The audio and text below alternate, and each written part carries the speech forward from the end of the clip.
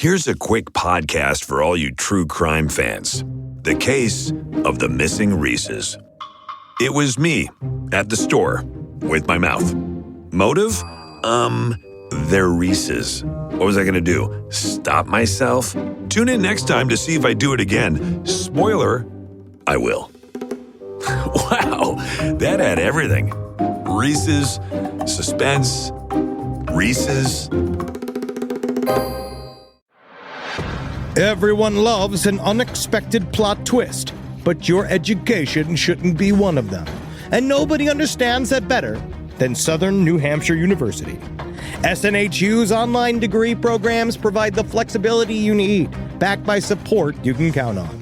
With over 200 affordable options in psychology, criminal justice, business, and more, SNHU is built to fit your life and your budget. Visit snhu.edu/lastpodcast to learn more. That's snhu.edu/lastpodcast. There's no place to escape to. This is the last podcast. On the left. That's when the cannibalism started. What was that?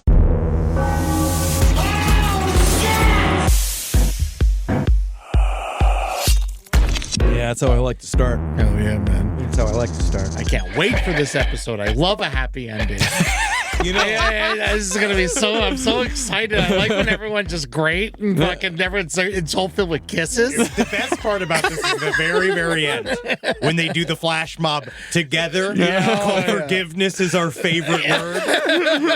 One of my favorites. And then all the mutineers do the Thriller dance at the same time. Slum Dutch Millionaire, man. Slum Dutch Millionaire. Welcome to the last podcast on the left, ladies and gentlemen. My name's Marcus Parks. I'm here with Henry Zabrowski. Justice Fed. Justice Fed. I am filled with justice. What'd you today. do? Who'd you declare it on? Not in real life. Oh, okay. Just in this story. Oh, And nice. for me. Justice for me. Yeah. Justice for Henry. Did you win an Hatt. argument with your wife? No. That's a funny idea.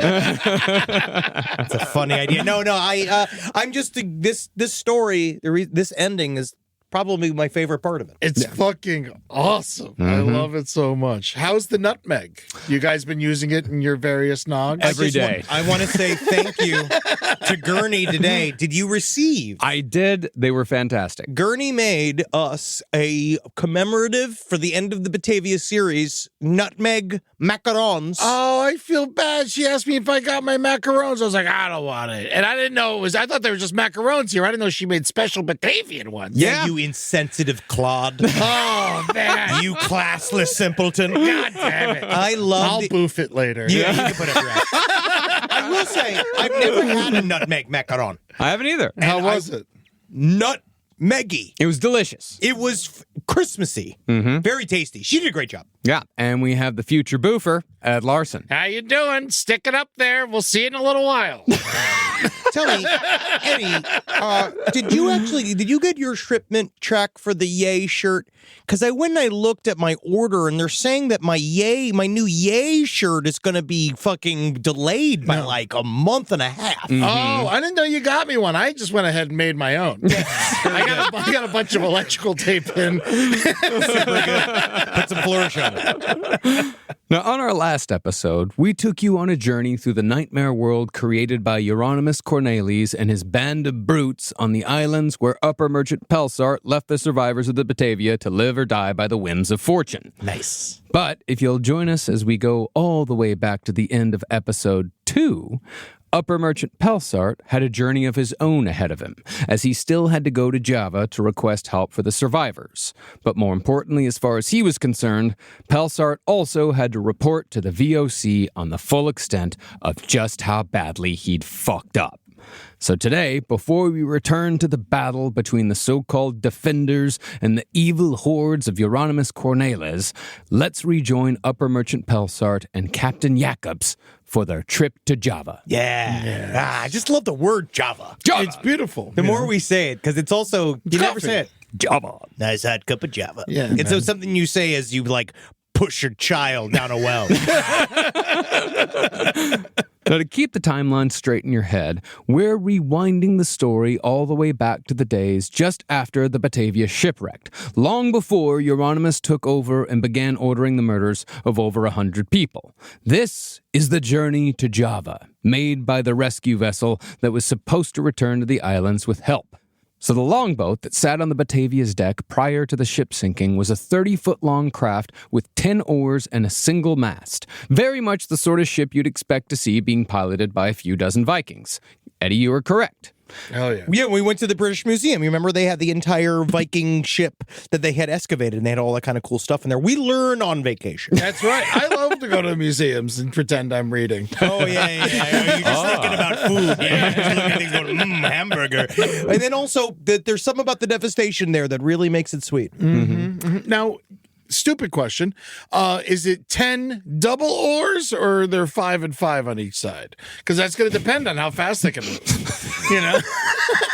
It's not a stupid question, per se. Wants to specs on the boat for some reason. I feel like I'm playing, because I do play D&D with Mike Lawrence. And so I think that it's always the questions that are like, how many portcullises are there? And then you have to watch your DM just go, 3. You have to go like, I don't know.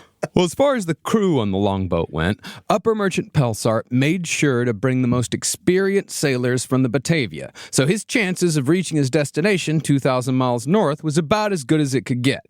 The experienced sailors, however, included both Captain Ariana Jacobs and the boatswain, who had both been pegged by Upper Merchant Pelsart as mutineers before the longboat even shoved off. It does seem, though, like all 3 of them had to just pretend like nothing was going on for the entirety of their journey to Java. Beautiful sunrise we're having. Yeah. Yeah, what a great day to be a loyal ship captain. Yes. Yeah, it's nice that you said that. It's nice that you say that. There's also, I'm just getting caught on the world. Have you seen the movie, The Tragedy of the Batavia? Where they peg all the mutineers with the longboats? It's amazing what happens in that film. And it's just the clove oil is thick and it's coming in hot. So it is 10 half oars, because one side's made for the pegging. They always get the short side of the oar inside for themselves. Well, how are they going to do that? Most oars have like the T at the very end of it? Oh yeah, you work it in the old corner way. You ever try to get it long? Oh, like a couch. Yeah.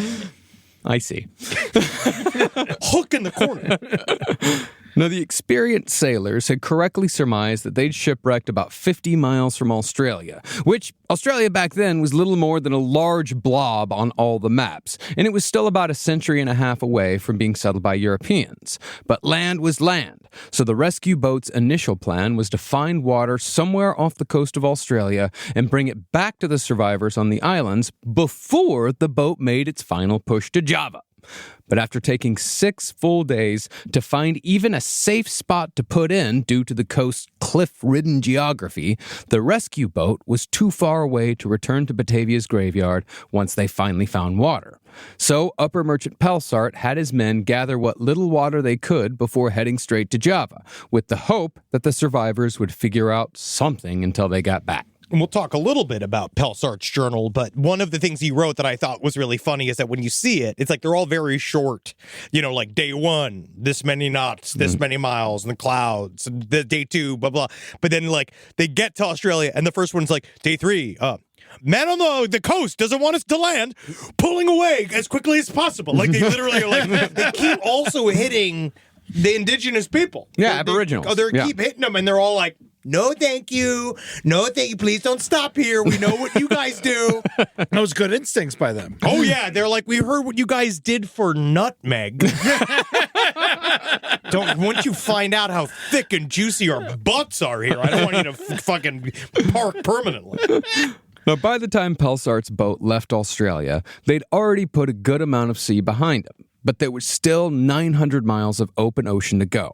but with a good crew and boat sailing fair weather and winds, they made it to Java, presumably without incident, although we don't know exactly what transpired during the journey because Pelsart only recorded notes about weather and estimated locations in his journals. Because that was his, essentially what he was going to have to show Kuhn when he arrived. Yeah, and he kind of didn't know what story he was going to tell. No, because he wasn't quite certain how many mutineers there were. He knew that Jacobs was one, and he knew that the bosun was one, but he did not know who else was on the boat. Also, it's like if you're writing it down in this little book, at any moment they could read it. Oh, yeah. You know, that's true. Yeah, if you're over in the corner writing, making sure that no one look good. What's your journaling? Oh, just checking to see. This water's beautiful, ain't it? Yarr, teal blue like my mother's asshole. Yeah, you can put that down for one of your skits. Mother's asshole. Yarr, write It that was down. teal, was it? When you do your skits on the island, you can tell them my old story. Let's talk about 2,000 flushes. You know, someone posted a very interesting article on the Reddit that got to me that I thought was really interesting about why 1 in 7 sailors could swim. It is because they had one of the big things was a superstition, which I thought was fascinating, was that the sea takes what it takes, and that it gets a taste for you. So their belief is that if you swim in the water, the ocean gets a taste for you and will reclaim you. They have this fatalist view about the ocean that it just takes and takes and takes and takes. Yeah. So they are like it's this unfeeling beast that they're on, and they also believe it seeks retribution. I'd rather be reclaimed than just claimed. That's what, yeah. I mean, because then somebody's choosing me. Because if you love something, you let it go. Unless you really love something.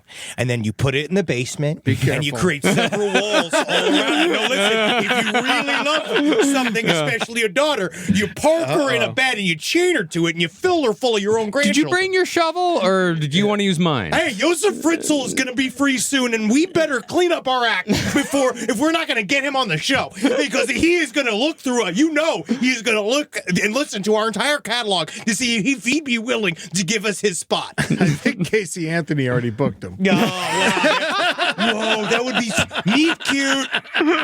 My name's Casey, and my name's Joseph. Hey, Joseph! Nice boobies! You used to be a doctor. Yeah, it's fun to think about how a doctor can make a doctor.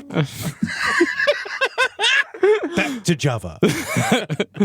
Well, every person who left Batavia's graveyard on the longboat arrived safely in Java in late June, after just 19 days at sea. And that drives me fucking crazy, that when the Batavia, when it shipwrecked, it was about 2.5 weeks. And they had been on the ocean for what, like a year? 6 months. Crazy. Yeah, right? or actually 8 months, I think. 6 to 8 months, somewhere around there. Well, Upper Merchant Pelsart soon regrouped with one of the other boats that had been in the Batavia's original flotilla, the Sardam. And by July 7th, the 48 survivors had arrived in the VOC colonial capital, which, confusingly, is also named Batavia. So, just to make it as clear as possible here, there's Batavia the ship, dead and gone at the bottom of the ocean, and Batavia the colony, located 2,000 miles north of the shipwreck on the island of Java. It was easy for me to remember there were 2 Batavias because it almost rhymes with labias. and you know what they say is loose lips must do kegels. Very funny. Because it's a pirate. That's a pirate sound. When they pull into Batavia, is it like when they arrive, is it like, you remember was the gambling planet in the worst part of The Last Jedi with like when they arrive, is it like a fun thing? Are they excited? I don't think anybody is excited. That Pelsart's not excited to show up on one of his escort ships, and I'm about to get into exactly why the people of Batavia were very, very, very upset that the ship had sunk. Let's rock. Now, if you'll remember from episode 1, the colony of Batavia had been hard-won territory for the VOC. See, before the Dutch, Batavia was the site of a thriving indigenous community of 3,000 people, a town known as Jakarta. Today, this territory is known as the Indonesian capital of Jakarta, which won its independence from the Dutch in 1949, over 300 years after the VOC first arrived on their shores. But back in the 17th century, the Dutch weren't even the first European settlers to arrive.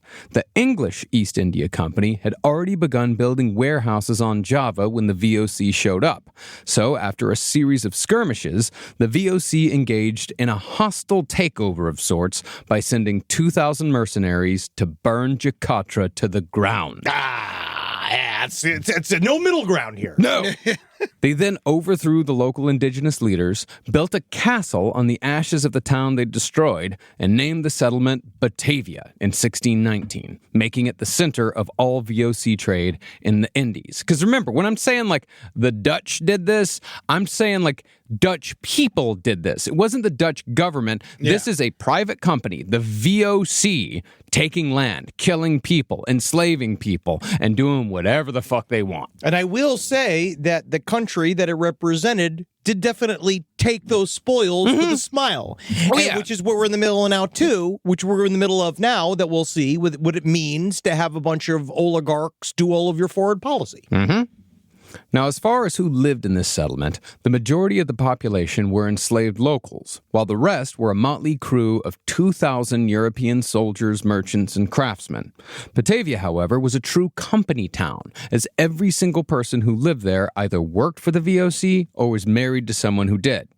Most of the people who lived in Batavia never actually left the castle walls in all the years they spent there, because the lands surrounding the settlement were filled with rhinos, tigers, monkeys, and bandits who were ever so happy to kill a Dutchman if given the opportunity. God, you know what they say, if you give a monkey some nutmeg. That old story? Oh, yeah. Give a monkey some nutmeg, they kill a Dutchman. They kill a Dutchman.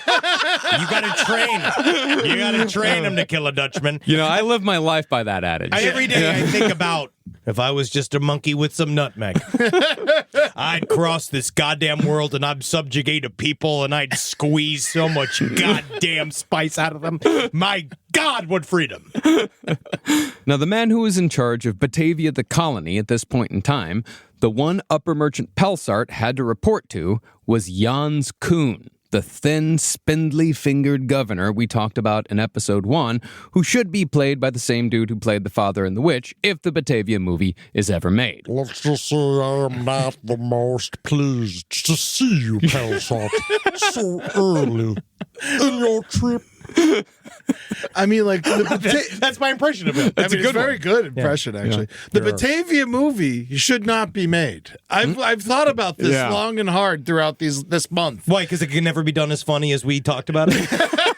Because no one can do the little noose for the babies joke in the movie. Everyone's gonna be upset. I feel like that's the only chance it has to be made, is if it is in fact a comedy. Yeah, because like it is just the comedy so of the Batavia brutal. Is a very funny title for a film. It could be a hell of a miniseries. Yes. I'd say that. Give it 3-4 episodes, and man, you got something fucking special there. But Jans Koen, if you'll remember, he was the man who'd secured the world's nutmeg supply for the VOC through a campaign of genocide and slavery. He hid behind a strict Christian faith to justify his crimes against humanity. In other words, if you'd fucked up as badly as Upper Merchant Pelsart had just fucked up by sinking the company's flagship, stranding 270 people, and losing over $50 million in guilders and treasure, Jans Koen was the last man you wanted to go to hat in hand. Also, I have a hangnail. I am extremely irritable. I've been drinking too much coffee. We're in Java after all. No one tell me, could someone find half and half Ireland? Because I'm dying here. The acid alone, I am up to, I can't sleep. I'm burping pure hydraulic. It's coming right out of my mouth. Well, making matters worse for Pelsart was the fact that Jans Koen was in a particularly bad mood in July of 1629, because things were not going well at all for the VOC in Batavia. And to really understand the decisions Pelsart and Koen were about to make, you've got to understand what was happening in the Indies outside of the shipwreck. You're going to take that context and you're going to fucking choke on it. You're going to take that fucking context and you're going to fucking understand it from the very base of it, because if you fucking don't, you've lost everything. Yeah, we didn't get to the 4th fucking episode to skim some context, you piece of shit. You get the fucking context and I don't fucking care. You fucking open up wide and throw some KY down down your throat because you're going to fucking jam some context down there. We're putting the cunt in context. See, as we discussed on episode 1, Jans Kuhn had secured the nutmeg and clove fields of the Indies by committing genocide on the people known as the Banta. And while the VOC didn't necessarily agree with Kuhn's methods, they still made him governor of the islands after the genocide because Kuhn was a loyal company man who got results. But the Bantanese weren't the only people native to the Indies. Amongst many established societies, there was an entire kingdom of indigenous people called the Mataram Empire. They ruled over much of the island of Java, where the colony of Batavia was actually located. And these are the guys that are always a problem at the beginning of Civ 6. These guys are always a problem. There's always a hyper-aggressive local colony that starts picking at you while you're trying to start your very first couple of cities. Yeah, meanwhile, the Russians got fucking nothing around them, and they're just going miles ahead of you. They've already discovered a goddamn art, and I'm sitting over here trying to just get a settler made. But that's why it's important. You got to use scouts. Yeah. Boy Scouts? Yes. I always throw 5 Boy Scouts at any problem because 3 of them can be killed. Now, the Mataram Empire was an agrarian society. Should I? Yes, please. Agrarian. That operated on the barter system. So the VOC was fine with letting them do their own thing just so long as they didn't interfere with the spice trade. Spice! But the leader of the Mataram Empire fancied himself a bit of a conqueror. They always are. And suddenly decided that he wanted Batavia for himself. So about a year before the VOC's flagship sunk to the bottom of the ocean, a force of 10,000 Matamarese warriors attempted to take the VOC's colonial capital. Such a pain in the ass, especially if you haven't fortified anything. Yeah. And all of a sudden they're all over your shit and they're fucking destroying your resources and they're pillaging your, like, the little areas of your fucking... It's just fucking such a pain to deal with these other cultures. You know, but like, if they're bringing 10,000, what are these 100 soldiers really going to do? Couple thousand. Well, they've got fortifications. That's the thing, is that the other soldiers... I mean, it's not like these 10,000 people are showing up with guns and catapults and trebuchets and all that shit. They've got pretty primitive weapons. And Batavia, like, they have built an actual castle on the ashes of the town they destroyed. So they can just go behind the walls. Oh, yeah. And that's exactly what Jans Kuhn did. Like, he led his people into the most fortified section of the fortress, and he burned down the rest of the settlement in your classic scorched earth maneuver. The VOC were under siege for 3 months before the Matamarese ran out of supplies and left. But Jans Kuhn knew that when the Matamarese harvest came in the next August, the indigenous forces would return and attempt to take the city again. Which is also how humankind beat the Homo sapien beat Neanderthal. How? By hiding behind the castle walls? No, what we did was that we realized that they would attack again. And then we fortified and changed. And that's something the Neanderthals were expecting. And so that's why in the end we defeated them.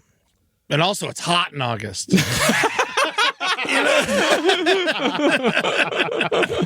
Well, this inevitable second attack was a big part of why Jans Kuhn was counting on the Batavia to arrive, because he desperately needed the soldiers the Batavia was carrying to fortify the castle defenses when the Mataram Empire mounted its next attack. The Batavia colony was also still mostly in ruins almost a year later, which would have made those sandstone blocks being carried by the ship Batavia quite useful. There was also the matter of the cash, the equivalent of $52 million, which was central to the VOC's future plans in the Indies. But that's all to say that when Upper Merchant Pelsart showed up in Java with a boat of mostly sailors and nothing else, he was about to deliver the worst news possible to the biggest hardass in the VOC, right when said hardass desperately needed good news. Why would he bring some gold? He had none. Well, that's actually what Jan Cohen brought up. Like, you didn't bring anything? Yeah. Like, nothing? You just brought a bunch of fucking sailors? They're a dime a dozen. We can get sailors anywhere. Yeah. And he was like, you know, it's just kind of like what I did. I just made a couple decisions real fast. I'm like, that's the truth, man. Is that I didn't know what to take, and I knew that no matter what. Because you don't think that Jan Kuhn would have been like, so you're bringing me 5 gold pieces. It would be the other way. Oh, yeah. Yeah, it's like he's going to lose out no matter what. Yeah. He didn't even bring the hats. Where are the hats? All of my men look stupid showing their stupid Dutch hair. It's bad. Their hair is bad and it's dumb. They need hats. I hate looking at them. Oh, Pelsart's here. Did he bring the hats? No. Back to looking like a bunch of idiots. You all look like a bunch of ventriloquist dolls. I'd be so embarrassed when the Matarams show up. None of you could be seen with me if I met Jennifer Aniston. None of you could be seen with me. You're embarrassing. Rise from your grave. Hello, Florida. Your favorite son and biggest baby are coming home to bring you the laughs you deserve. Everyone likes to poke fun of the Florida man. Everyone likes to use Florida as a punching bag whenever an alligator on meth eats an old person. It can happen anywhere. As a famous Floridian baby, I feel your pain. So that's why I'm coming home to let you know it's okay to be who you are. It's okay that the rest of America is scared of us. It's okay that books are illegal in our schools. It's okay whenever it gets cold it rains iguanas. I'm here to support you. So come on out. March, I'll be in North Florida, and in May, I'll be in South Florida and Orlando. It's the Invasive Species Tour. Ed Larson, me, is coming to Florida in March and May. I'm coming to Jacksonville, Panama City, Tallahassee, Marco Island, Dania Beach, Orlando, and Key West. So lock up your public subs and start singing the Miami Dolphins fight song because we're going to party like it's Florida, baby. Tickets at eddytunes.com.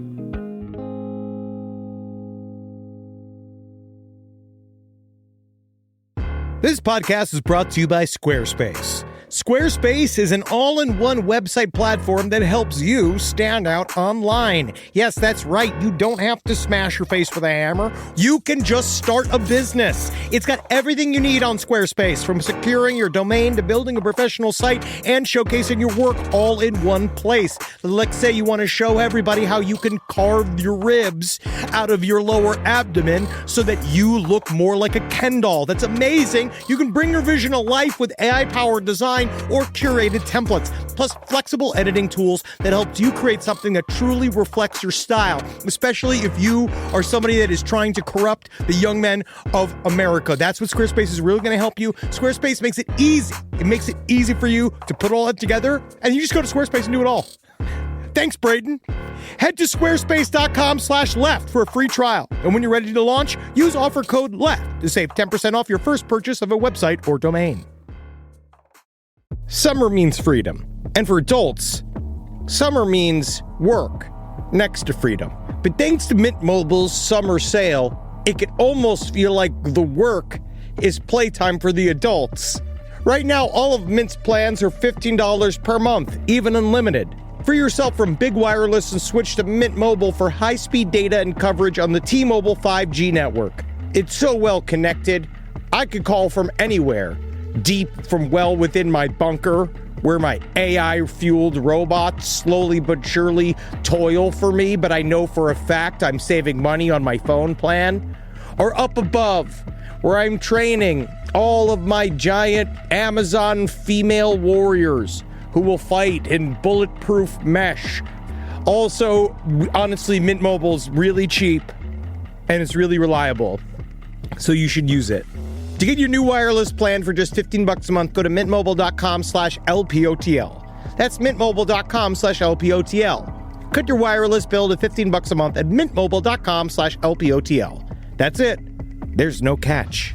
Upfront payment of $45 per 3 months, $90 for 6 months, or $180 for 12 months. Plan required, $15 per month equivalent. Taxes and fees extra. Initial plan term only. Greater than 50 gigabytes may slow when network is busy. Includes up to 20 gigabyte hotspot. Capable device required. Availability, speed, and coverage varies. See mintmobile.com.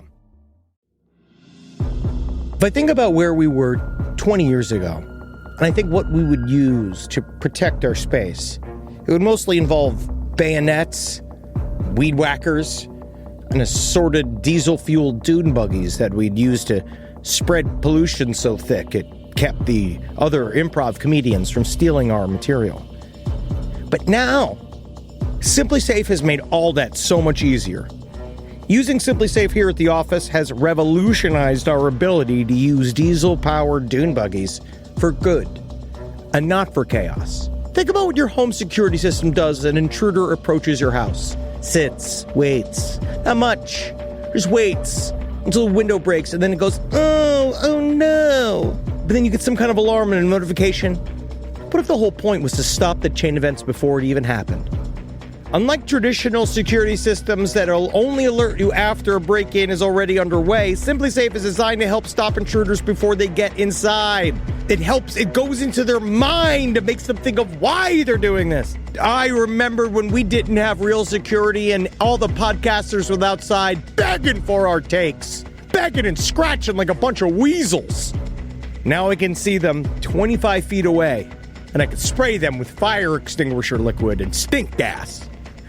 Not that it would make them smell any worse than they already did. Simply Safe helps me lord over them all. Simply Safe has been protecting your world for 20 years. Celebrate their anniversary with us and save 60% on your new Simply Safe system at simplysafe.com/LPOTL. That's 60% off at simplysafe.com/LPOTL. Plus, when you order, write in our show name in the How'd You Hear About Us survey in order to let them know we sent you. Don't forget, there's no safe like Simply Safe. Now, luckily for Upper Merchant Pelsart, Governor Kuhn had nearly been shipwrecked 2 years earlier in almost the same spot where the Batavia sank, so he did have the tiniest bit of sympathy towards Pelsart's plight. But Kuhn was ultimately unimpressed by the fact that Pelsart had arrived with no valuables whatsoever. Kuhn was a company man through and through, and since he knew that the top priority for the Gentleman 17 would be the cargo, Kuhn's first priority was the same. So Kuhn gave Pelsart explicit instructions to return to the islands immediately, where he would prioritize not the survivors, but the loot. Yes, Mr. Kuhn. Absolutely, Mr. Kuhn. You couldn't be more right. Fuck the children. Fuck the women. You're absolutely correct. Let's get the money. Yeah, it took months, and whoever was still alive when Pelsart returned would just have to wait until the VOC had scraped every inch of ocean for every last bit of recoverable loot before being brought back to civilization.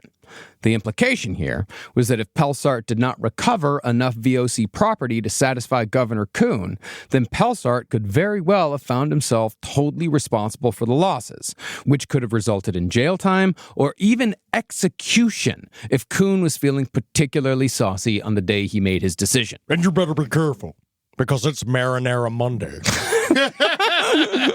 And the sauce is getting thicker than it's ever been. And I'm about to bring you down deep like one of the meatballs put in there on Sundays. I mean, people casually say today, like, oh, my boss is going to kill me. But with the VOC, your boss could actually kill you. We really need to bring that back. Up to you two to do it. I can't wait. All right, we'll have a powwow. Can we execute someone? Let's put it out on the Slack and see what everyone thinks. Come on, Rob. Let's execute. Let's choose one. Travis! Hey, let's kill Travis! But then there was, of course, the matter of what to do with the mutinous Captain Jacobs and the boatswain. Now, we don't know exactly how it went down, but soon after their arrival in Java, Pelsart distanced himself from his former shipmates. At some point, Pelsart had to tell Governor Kuhn, on top of everything else, that a mutiny had been fomenting on the ship just before it wrecked. This was the cherry on top of Pelsart's Sunday of incompetence, and it seems like it took Pelsart about 4 days to work up the nerve to mention it to his boss. But once Kuhn was told, Captain Jacobs and the boatswain were immediately arrested and thrown into the dungeons of Castle Batavia to either await justice or rot until the end of their days. God damn it. He deserves it. Now, 2 days after the captain and the boatswain were arrested, Upper Merchant Pelsart was given command of the Sardom, a smallish yacht staffed with a skeleton crew of 30 guys, so as to make sure they had enough room for survivors and loot. Mostly loot. Mostly loot. They set sail from Java for a relatively short journey to the islands, where Pelsart hoped he would find most of the survivors still alive, if not thriving. You just never know with these people. You never know. Some people, you know what they say, the woman's like a packet of tea. You never know how strong she is until you put her into hot water. And you never know with these people. This could be the best time of their lives. Yeah, I'm sure they're great. I need a vacation. I bet you, when we get out there, they're going to say, hey, take the gold. Get out of here. We want to stay right here. The snorkeling's phenomenal. Well, instead, when Pelsart arrived at Batavia's graveyard, he found the survivors in the middle of a war. Yeah! And so, now that we've told you all about what happened to Upper Merchant Pelsart after he left the survivors, let's back things up a couple of weeks in the timeline to where we left things off in episode 3. We're now back on the island chain, with Viva Hyas and the Defenders on the Highlands, and Jeronimus Cornelisz on Batavia's graveyard with his band of murderous mutineers. Back to the boredom. You think those guys are going to attack us, man? I'm thinking so, man. Thank God we found that crazy plant. Fuck yeah, dude. That one plant sure does make me not care. Jamming. What is that you're doing? What are you doing there? Who are you talking to me? Yeah, what's that sound you just made? It's a steel drum. Oh my God. That's the funkiest sound. Hey, wow. I almost forgot I was white. Now, if you'll remember, refugees from Batavia's graveyard were washing up on the highlands for weeks in groups of 4 or 5, where they found that Viva Hayes and his men were having a grand old time, enjoying near unlimited water and a veritable buffet of island creatures for sustenance. But each and every person who arrived at the highlands had a new horrific story to tell about what was going down over on Batavia's graveyard, from casual murder to full-on massacres, all committed in service of Jeronimus's fantasy of becoming a pirate. I watched a fucking 15-year-old boy murder a bunch of other boys and then laugh about it, and then I watched a man kill that boy. Fucking bummer, man. Yeah, dude. So should we check that out or something? Did you buy a ticket for that? Someone passed me some tiny kangaroo. Yeah, okay. Yum. I love this tiny kangaroo. I love how unafraid they are. Well, after hearing all this, Viva Hyas knew that it was only a matter of time before Jeronimus and his men came for them. See, both Viva and Jeronimus knew that the first group who made it to the rescue boat was going to be the ultimate winner here. If Viva made it first, then his group could warn their rescuers about the mutineers, and after defeating the mutineers, they could all go to Java to continue living the soldier's life.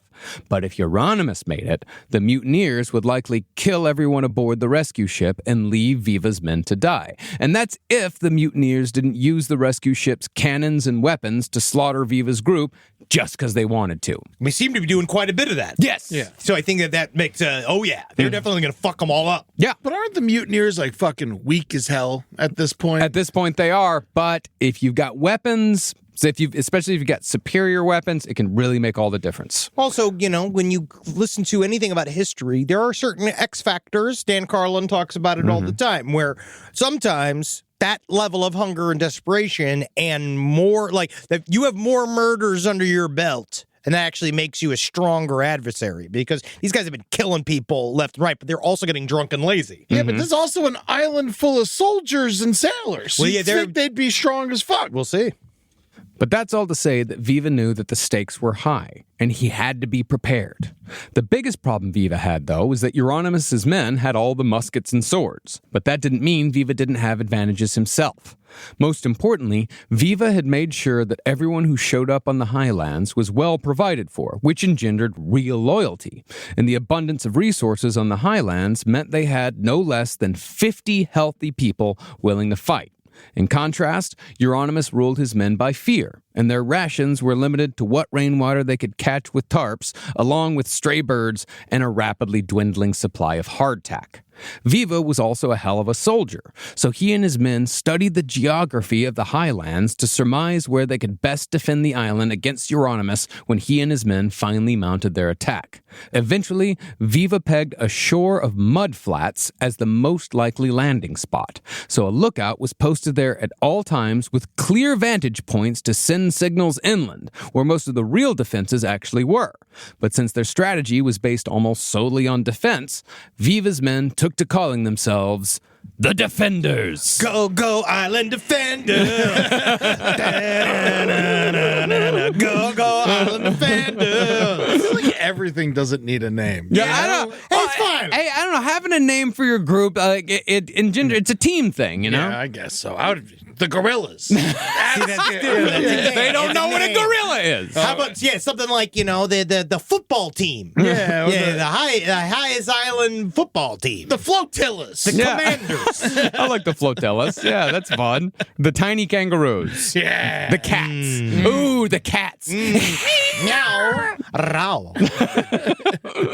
Now, having no military experience, no understanding of strategy, and a shallow bench when it came to military advisors, Jeronimus Cornelisz fell back on manipulation and deceit as his opening volley in the war.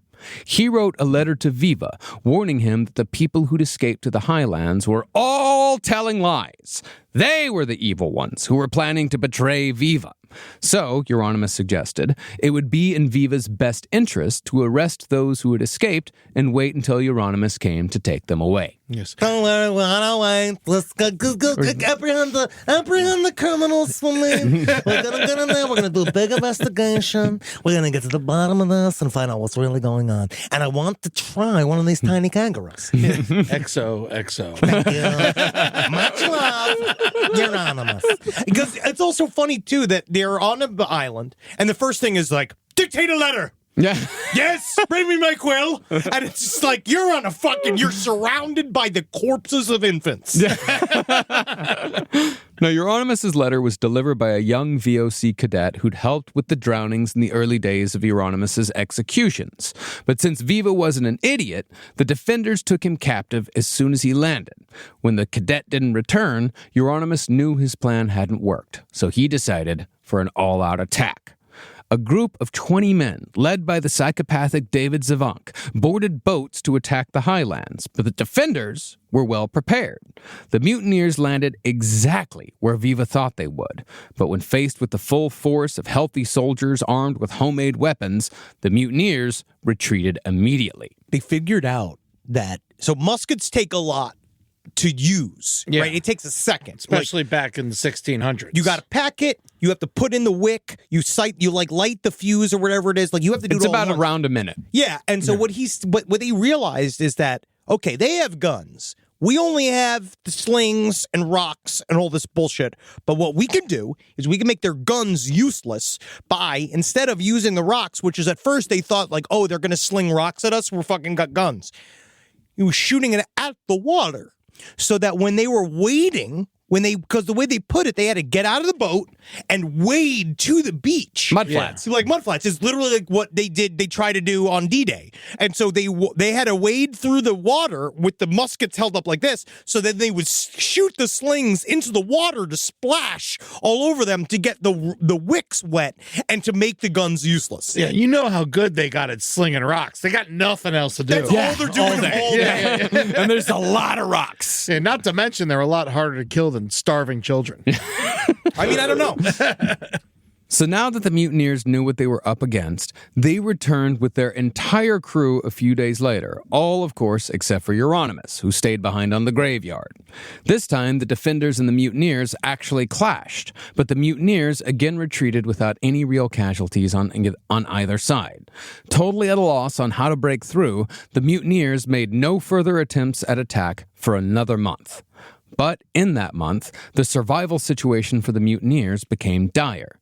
Their food and water rations were running dangerously low, while it was quite obvious that Viva's group was living high on the hog, relatively speaking.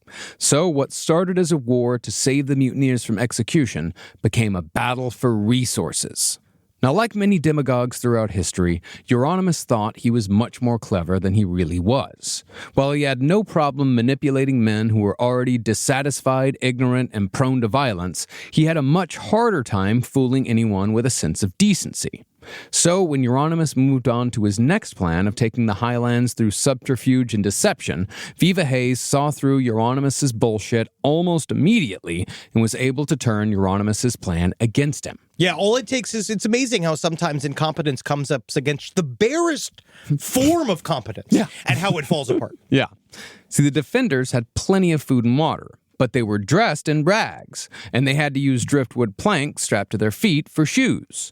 Jeronimus, meanwhile, had plenty of material for clothes since Batavia's graveyard was far closer to the wreckage of the Batavia itself, and more stuff had washed ashore on his side of the archipelago. I dare them to fight without hats. I dare them to look stupid. Oh, you found the hat box! Yes, and I'm keeping it for myself, because as the seasons change, so do hats. So Jeronimus proposed a simple trade: red wine and canvas for food and water. The trick Jeronimus planned to pull, if you could even call it a trick, was that when the trade was made, the mutineers would take a few of the defenders aside to sow dissension and convince them to come and turn coat. Oh, I want to ask you a question. Is it harder to kill a baby or a 6-year-old? And I want you to know that whatever answer you got, we support. All right? Well, if the mutineers were successful, then it would be far easier for Jeronimus to mount an attack and murder every defender on the highlands. But like most of Jeronimus's plans, it was about as ham-fisted as you could get. No offense. None taken. So basically, his plan was like for him and his boys to be like, listen, I know you got all this food and water, but how about shoes? Basically. How about But you look like shit, okay? Well, not just shoes, but how about shoes and gold? Yes. We've got a lot of treasure over there. But out here, it doesn't fucking matter, bro. It doesn't matter at all. That's why the plan's fucking stupid. Now, this time around, Jeronimus got a little more clever with his envoys. Instead of sending a mutineer with the trade offer, he sent the minister, who was received kindly and told that the defenders were open to negotiations, even though they knew Jeronimus was planning something. So Jeronimus took his full company of 37 men to the highlands with the red wine and canvas to complete the illusion. See? Yeah, see? And it's also, it speaks to Jeronimus's narcissism as well, that this is very much magical thinking. Yeah. You know, that he knows that 20 people have showed up and told Viva Hayes all about the massacres that have happened. But he thinks that he's clever enough to work his way through it. And how did they get there? Did they swim? No, mostly that there were rafts. They were building boats out of the leftover wood from the Batavia. Okay. So you remember that he had the other side of the island. There were the people that were technically not members of the mutineer party that were stuck on one side. So what they did was build boats. So they built their own boats. They had some of their own kind of half-made boat raft things. And then kind of basically the first couple of people that landed on the highlands that were running away from Batavia's graveyard, they left those boats. And then those boats would go back and forth. Mm. Well, so as to not appear too aggressive, Jeronimus left most of his men on a small islet 400 yards off the highlands when he went to go do his little trade subterfuge, while he and his 5 best men continued to the mudflats to meet with Viva.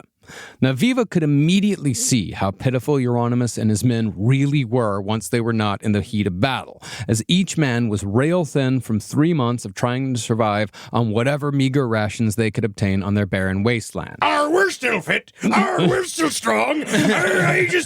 My fingernails are falling off.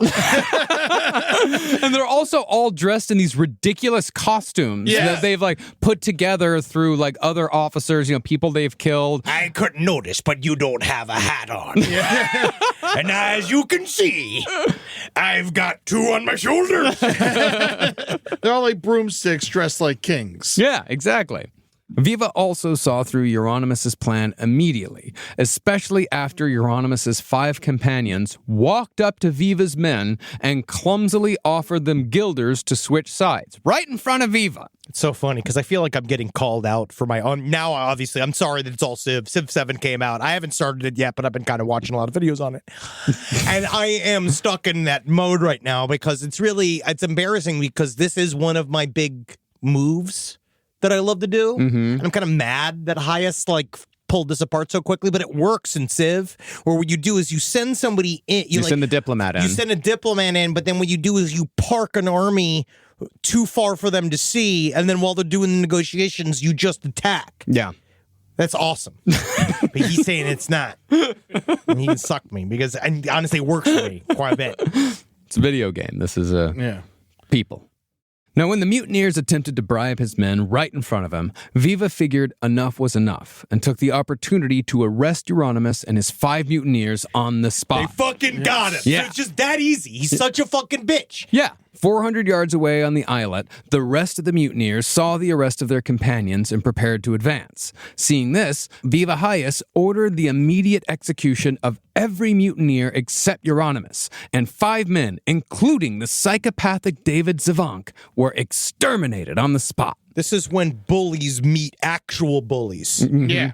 The other mutineers were shocked and demoralized by the executions, although I don't know exactly what they expected to happen here. Yeah. But instead of attack... Hold on, we can die? But I thought you were as bored as we. What do you have there? Oh my God, it's part cheesy. Listen, don't kill me. There's women to kill. Yeah, kill a woman. Don't you want to kill a child? But instead of attacking, the mutineers returned to Batavia's graveyard, and in the end, the defenders also got the red wine and the canvas without having to give anything in return. I will say there is something to chopping the head off the snake. Yeah. I think that they fall apart. I think that you also, when you're stuck out there, and this also calls from, this is a little bit of a culty thing, right, where they have the sunken cost fallacy of just the 6 weeks of being under this man's control that they just jumped under, right? They literally just said, all right, rolling with you. Yeah. And then they realized, the whole world is not going to sort of bend over for us. Well, it's the paper tiger thing where they immediately see oh, fuck, he's just a bunch of talk doesn't really work. You just collided with the wall that is reality. Yeah. And if Jeronimus had half a fucking brain and was a decent apothecary, just poison the wine. Yeah. That's what you do in the goblin camp. Yeah. Now I'm talking about PG-3. God damn it, I need a life. I need to kill people for real. I need more interesting stories. I need to go and join a mercenary group or do something so that I can come in with these types of scenarios and I can really tell you stories like how Christopher Lee told everybody on set of Lord of the Rings what it actually sounds like when you stab a man in the back. Yeah, he's done it a bunch. I need that. I need that type of, especially as a podcaster. Yeah. No, podcasters definitely need war experience. I need more time maybe in a prison cell or something. I can fight my way out. We could get you into a prison easier than we can get you into a war. Legally. Let's say I go in not having committed a crime, but find out if I can get myself out. Ah, that's, I believe, an Arrested Development plotline. Yeah. Wow, yes, that is. Or the Escape Plan movie with Stallone. I'm not pitching this as a movie. I'm saying this as my life. Yeah. Oh, okay. All right. Now, after arresting Jeronimus, the defenders tortured and humiliated the now former mutineer leader by throwing him into a limestone pit, where they gave him the task of plucking and cleaning all the birds the defenders hunted. This sucks. I promise I'll learn my lines. They allowed Jeronimus to keep 1 bird out of 9 as so-called salary, but his job kept him constantly covered in blood and feathers, languishing in a pit quickly filling with bird guts. Ugh, the health department have a field day with that. You just not anymore. No, thanks. I honestly sound like that's incredible. What an amazing way to fuck. I love an entire pit filled with bird guts. It's actually how I sound like this. Yeah, I take feathers anally. Do you know bird guts can actually cure the measles? Yeah, you actually give it a shot. It's going to be one of the most miracle cures you've ever seen in your life. Sorry, I had one of Cheryl Hines' pussy hairs stuck in my fucking lungs. Oh, wait, no, that's just a worm screaming out of my brain. Oh, I love my fucking wife. That's a Curb Your Enthusiasm plotline. Yep. Meanwhile, back on Batavia's graveyard, the mutineers were going through a crisis of leadership. The next in command, a soldier named Stonecutter Peterez, was ineffectual and unpopular, so the mutineers elected a 24-year-old Dutch soldier as the graveyard's new leader. Might be the worst name I've ever heard. Wouter Losch. Don't you say that! I am the leader of the island group now, and everybody wants us to know we are going away. We are doing lip syncs. We're doing lip syncs instead. Wouter Losch sounds like the cum boy at a Berlin nightclub. I was. I did such a good job before the recession. Because now people come for free. And they clean it up. They get their families to clean it up for them. Well, under Wouter Losch's command, nobody else was murdered on Batavia's graveyard, and the reign of terror was effectively at an end, unless, of course, you were a woman. Things continued to be horrible for them. But not now, that's for certain. Women, the problems for them and of them have been cured. Solved. Finally. But at the very least, no one lived in fear of random stabbings or stranglings from that point on, and they even reinstated the council. But even though some semblance of civilization had been restored, it didn't solve the inevitable execution or resource problems, so the plan to attack the highlands was soon back on. And so, after trying to send the minister one more time with a false peace offering that was immediately rejected, the mutineers launched another attack on September 17th, an attack that would prove to be their last. Why wouldn't the minister just stay at the Highlands? I've actually asked myself that question. I think it's fear. Partly, and he also signed the loyalty oath. And for these people, paperwork is sacred. I'm not even fucking joking here. Paperwork is very sacred. He signed a loyalty oath to Jeronimus Cornelisz and his men. His men are still there. They're still fucking hanging out. So he has to honor that loyalty contract. He also signed a loyalty contract to his dead wife. Yeah. He sure did. He sure did, but it's something about when it comes to wives, they don't care as much. Yeah, till death do his part, though. Yeah. So, Right, yeah. over. Yeah, his contract ended. Yeah. Now, the mutineers were at their greatest disadvantage yet in this offensive. All their best military men had been executed on the mudflats, and Viva had larger numbers who were better fed, as well as the high ground. But the advantage the mutineers still hadn't brought into play were the guns. Either because they were saving them for the rescue ship, or because Jeronimus thought he was clever enough to get by without him, the mutineers still hadn't fired the muskets that they'd had since day one. But with no other options, the mutineers incorporated the muskets into a strategy that had a good chance of working. What we will do is we will use the guns to shoot at the birds, and the birds will make so many noises that it will make the sailors frustrated, and they will give up. They'll give up the whole thing because they're like, how many birds are yelling? I can't think straight enough to make decisions about the war. Euronymous just became Josef Fritzl. Just so you know. That's not Euronymous. Oh, okay. That's von Stroke. That's Wouter. That's Wouter Losch. Wouter okay. Losch, I'm sorry. and it is a lighter version of Fritzl, different character. Wouter, under your new regime, what is your hat policy?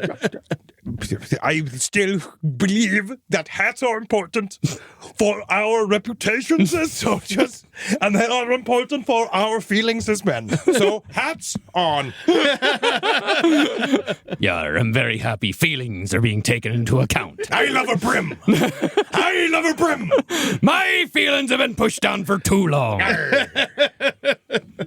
Now, once the mutineers loaded into their boats, rowed over to the highlands, and landed on the mudflats, they used their 2 muskets to keep the fight at long range by firing 1 round a minute. And while this sounds like it wouldn't work, the mutineers were able to injure 3 defenders and kill 1. The rock thing, it sounded like a good idea. didn't really work in practice. Started it because, again, if they stayed on the boats.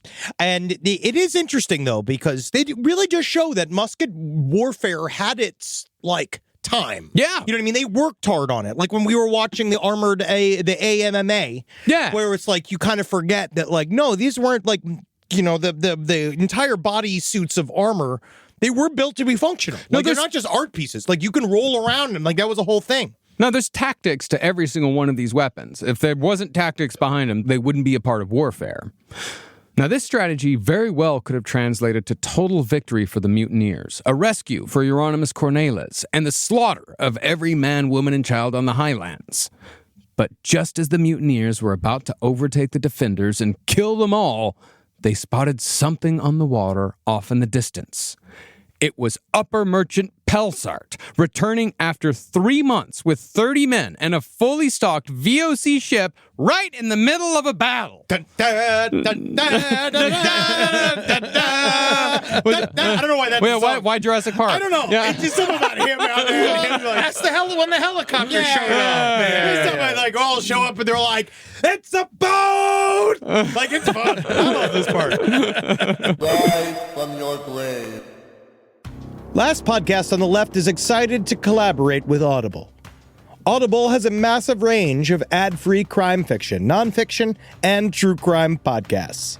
There's so many things you could do while you're listening to an audiobook. You can clean up your own personal crime scene. And that's easy to do, and you can learn it all from books. Some people also listen to audiobooks to go to sleep. But you could check out podcasts like This American Life, titles from true crime greats like Michael Connelly and Agatha Christie, and Audible originals like Dr. Death, The Cowboy. You can find whatever you're looking for on Audible. Plus, you can multitask while you do it. Find your next mystery on Audible. Audible. Stories that speak to you. New members can start listening with a 30-day free trial at audible.com/left. This is a paid ad by BetterHelp. It's so important to remember with the busyness of the holidays, every holiday, Arbor Day, that day about the planet, President's Day. There's so many things to adapt to in this life, and it doesn't follow a perfect plan. God, ruins the whole weekend. But therapy with BetterHelp, the world's largest online therapy platform, it can be a space to pause, reevaluate, and adjust to any unexpected changes. With over 30,000 therapists worldwide, BetterHelp is one of the leading online therapy platforms, having served millions of people globally. BetterHelp makes it easier to fit therapy into your routine. You're in good hands, too. BetterHelp therapists have at least 3 years and 1,000 hours of hands-on experience, and hold all required education, training, and certifications. It's easy to do, and the help is better over there. You don't have to navigate life's changes alone. Sign up and get 10% off at betterhelp.com/lastpod. That's betterhelp.com/lastpod. Is there anything better than a summer evening outdoors? Enjoy your space to the fullest with new greenery from Fast Growing Trees. I love a big, thick bush. Fast Growing Trees is America's largest, most trusted online nursery, and they can send me a big, thick bush any time of the day. It arrives at work. It arrives at my car. I can pinpoint on a Google map where it is. Send me a big, thick, brown bush. And they send it immediately when they have it, because sometimes the shaver comes to town. I remember one time I ordered a cherry wood tree from Fast Growing Trees, and my God, I couldn't cut it down no matter what my father told me to do. I had to lie to him about it, and next thing you know, I became the first president of the United States of America. And even you can become the first president of the United States of America with Fast Growing Trees. Right now, get up to half off select summer planting essentials, plus get an additional 20% off your first purchase with code LEFT at checkout. That's an additional 20% off at fastgrowingtrees.com with code LEFT at checkout. Offer is valid for a limited time only. Terms and conditions apply.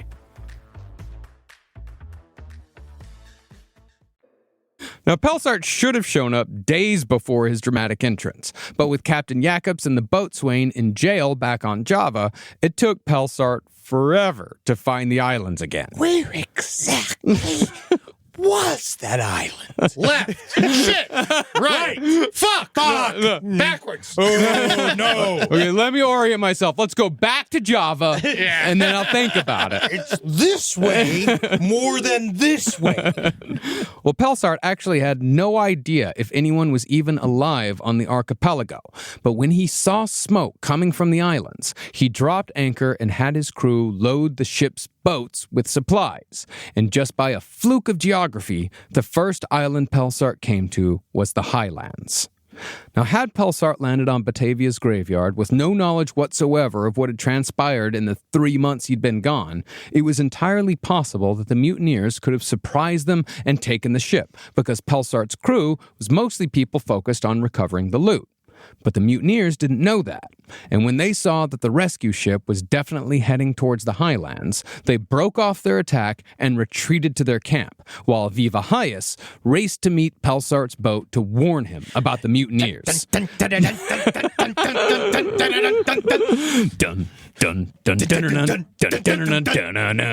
Yeah, it's the Lost music playing in my head. Hey! These other guys suck! They suck!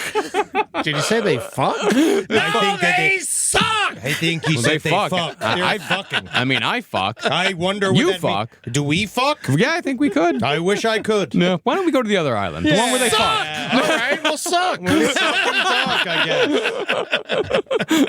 Now, with the VOC back in the picture, the fight had gone out of many of the mutineers. But of all people, the rabid yet impotent cabin boy, Jan Pelgrim, acted as the mutineers' mascot and got the men fired up again. Don't you guys want to kill? Don't you know when that boat comes and takes us to Java, we'll never be able to kill another boy again? Don't you wish that we could we're going to take that boat, and I swear, boys, we're going to go out of that high seas, and boy, oh boy, we're going to be the rootinest, tootinest bunch of pirates the whole world ever seen. If I go, will you shut the fuck up? Will you shut the fuck up? Okay, I'll go. But have a positive outlook. He fucking stabs the little girl to death. Within minutes, Jan Pelgrim convinced a group of mutineers to get back in their boats and row for one last shot at taking the rescue ship and killing everyone who stood in their way. Because at this point, death was coming for them no matter what they did. You just gotta remember that at this point, death is coming for us no matter what we do. So, let's kill voluntarily! Yay! Fine, just... You know, he's a good mascot. Let's have a positive outlook. Come on, guys. Yeah, I guess it's not fun if everyone's got a bad attitude. That's the thing. No one's having fun, then no one's having fun. Can I ask Eddie, did you fart? No. Okay, good. No, neither did I. Well, That's funny, you didn't even ask me. I'm sorry, Marcus. I know your farts. And I do know Eddie's farts. Yeah, my farts are much worse than this. Partly wonder if I farted. Yeah. There is a smell. Yeah. Rob? No. All right. All right, well, continue. Fine. Now, over on the Highlands, the problem the defenders had was that they'd hidden all their boats on the north side of the island to keep them safe from capture during the battle. That meant that Viva had to cross 2 miles of rough ground, then row his boat another 3 miles to the Sardom before the mutineers got there first. Upper Merchant Pelsart had also, somewhat foolhardily, boarded a boat full of supplies along with half his men to look for survivors on the Highlands, so the Sardom was lightly crewed by just a dozen sailors. Easy pickings for armed mutineers. But once Viva Hayas reached his raft, he rowed out until he spotted Upper Merchant Pelsart standing dumbly on the beach, waiting for something to happen. You know what I see? I'm going to stand up. You can see this on the Patreon. You know the Forrest Gump meme? Yeah.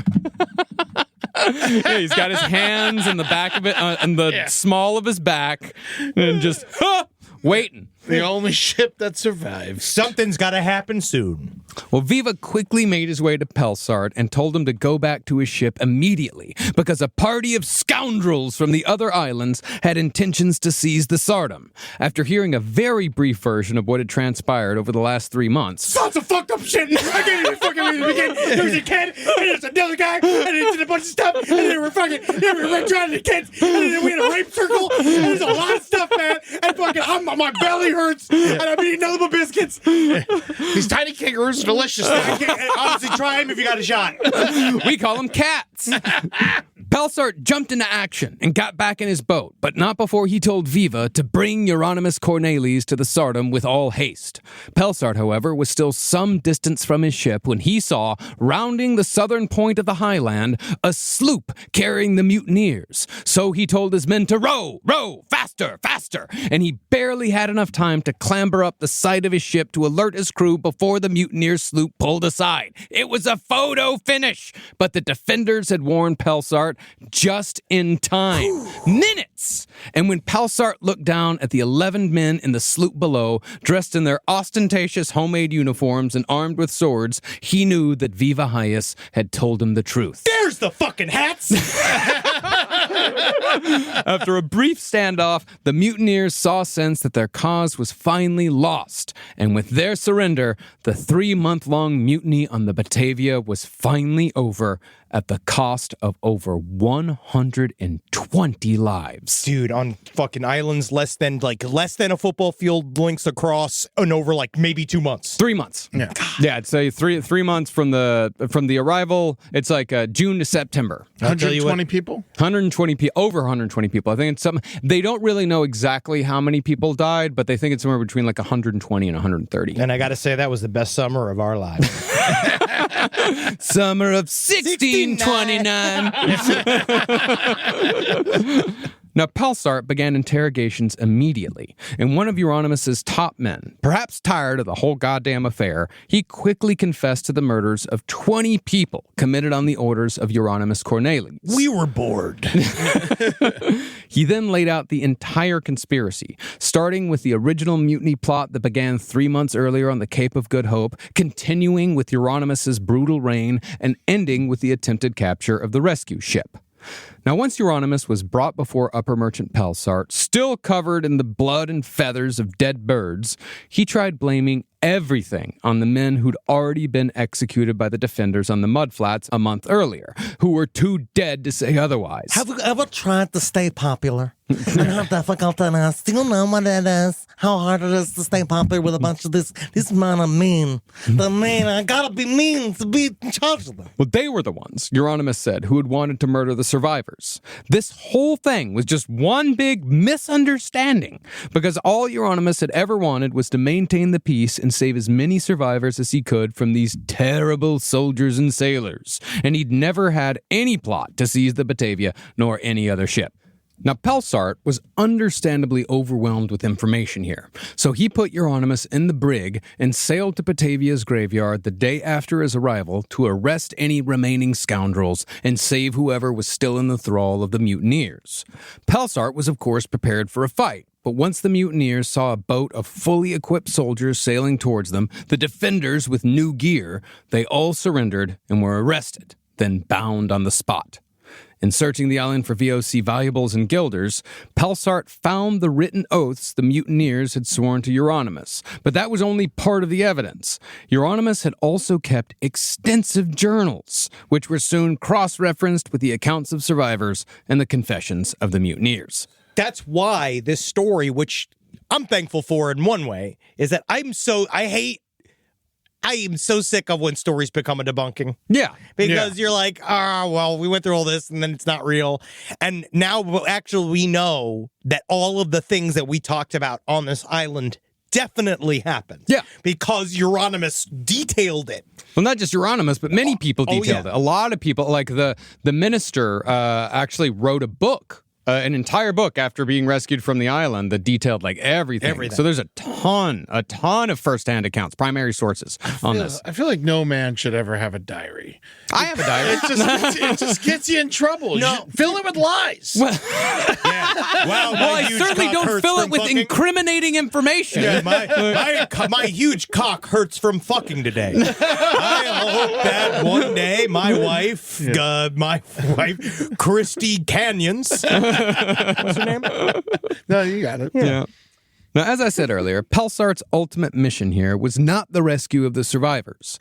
This was primarily a recovery mission. So while Pelsart sussed out the crimes of Jeronimus Cornelisz and his men, he ordered the divers he'd brought with him to begin scouring the Batavia shipwreck to salvage whatever they could, an operation that was set to take months.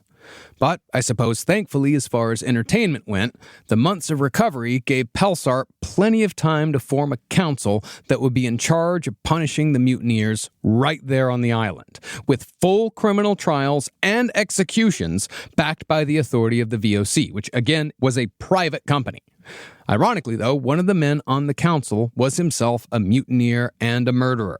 Pelsart's former clerk, the man who'd killed the baby on Jeronimus's order, the one with the tiny little noose. Sorry. He was the only person available who could read or write, so he made recordings of the proceedings and signed judgments of his former comrades. We need more beachside courts. Yeah. Why is that? Volleyball courts. You know, like, and have a judge on them, though. Yeah. And be able to have, like... Well, they have referees and a high chair. Volleyball traffic court. Ooh. Right? Oh. Where you versus a lawyer in volleyball, like, and then if you beat the lawyer in volleyball, you get off. MTV Spring Break Justice. Whoa. Yeah. This is, I feel like in the private prison industry, which is huge right now. Yeah, real we big. could get it in the ground floor with that, with a nice, let's just call it a captive resort. That's all it is. It's a full, like, it's all inclusive. Yeah, it's right off the coast of Cuba. You go right there. It's my favorite. There's an island available that we can get. Can I have a quick stupid or type question? So the divers are every day, they're going down, they're trying to get the gold, right? Trying to find it, trying to recover it, yeah. What's the diving equipment like in the 16th? Yeah, right? That's it. I mean, I don't know if they have... Do they have like a hose? I don't know, What year actually. was this? 1629. Oh, sorry. Sorry. Fuck that up. Shit. You get out of here. You get out of here right now. I actually don't know exactly. History of undercover time. Oh my God. Yeah, we don't buddy. need to Why get into are you it. doing this to me? I'm just Why are you doing this? I imagine they held their breath. Yeah, probably. But there might have been hoses. They might have been something like that. Yeah, the diving suit wasn't there till the 1860s. Okay. Yeah. All right. The open diving dress. They're just really good swimmers. Okay. Yeah. Oh, they had a diving bell. Oh, yeah, the They had diving bell. bells. Yeah, Yes. And that's butterflies as well. Yes, they would put you down to the water, and you go through a thing, and I guess it was like a Because it has like air in it. yes, in it. That's kind of fun. Yeah. Now, the proceedings were held in accordance with Dutch law, which stated that a man could only be condemned to death if he freely confessed. The loophole was that confession under torture still counted as freely confessed. So if a mutineer resisted questioning on the island, he was tortured until he admitted to murder. Simple. Yeah. Jeronimus, however, held out for a surprisingly long period of time and only broke under the dreaded water torture, which is far worse than it sounds. But he was like super duper thirsty. But then, super ironic. Now, if Jeronimus went through what most people went through with water torture, he was stripped naked and tied up spread eagle to an upright wooden frame, All right, you guys, take me out to dinner first. where his captors tied a canvas collar around his neck that reached up to his eyes, something like a doggy cone. Once the interrogation started, his captors poured water over his head, which trickled down the collar and formed a pool of water at the bottom. If a question wasn't answered, or if his captor didn't like his answer, they poured more water into the cone until it overtook Jeronimus's mouth and nose. I can hear that too. It's the oh, it looks like somebody's still thirsty. You know, like that's kind of like, you know, like I can see that afternoon being really Here comes the airplane! like, you know, it's fun. The only way to breathe, therefore, was to drink the water. So Jeronimus alternated between gasping for air and gulping down liquid until he passed out, hideously bloated. Once unconscious, Jeronimus was cut down and forced to vomit so the torture could begin again. After going through that cycle 3 or 4 times, Jeronimus's body was swollen to 2 or 3 times its original size. His cheeks would have looked like balloons, and his eyes would have swollen out past his forehead. And he would slowly have slid into modern Marlon Brando. Yeah.